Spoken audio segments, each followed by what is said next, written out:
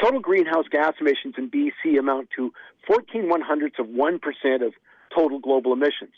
On a per capita basis, though, BC is 33% lower than the Canadian average, thanks to hydroelectric power with some help from the existing carbon tax. On a per capita basis, BC is only about 6.5% above Canada's 2030 commitment made at the Paris climate talks. But in order to meet our overall 2030 emission goal, BC still has to reduce emissions by about a third, which in today's numbers reduces greenhouse gas emissions globally by about just under 5/100%. So here's the question.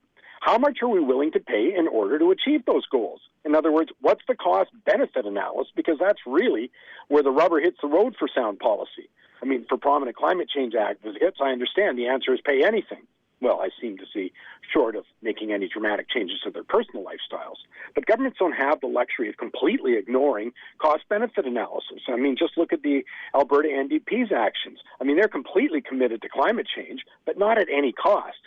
They're phasing out coal-generated electricity by 2030. They have a plan to reduce methane emissions, but oil sands emissions are going to increase by about 33% under their plan. Now, obviously, much to the disappointment of the LEAP manifesto activists, the government's not willing to shut down an industry that makes up a quarter of their economy in order to reduce global emissions by 15/100%. Instead, they want to just mitigate the impact. It's the same challenge for every province and the feds. Cut emissions, but at what cost? In BC, the question is, what cost is acceptable to reduce emissions by just under 5/100% to meet the Paris targets? My name is Mike Campbell. Join me Saturday for Money Talks.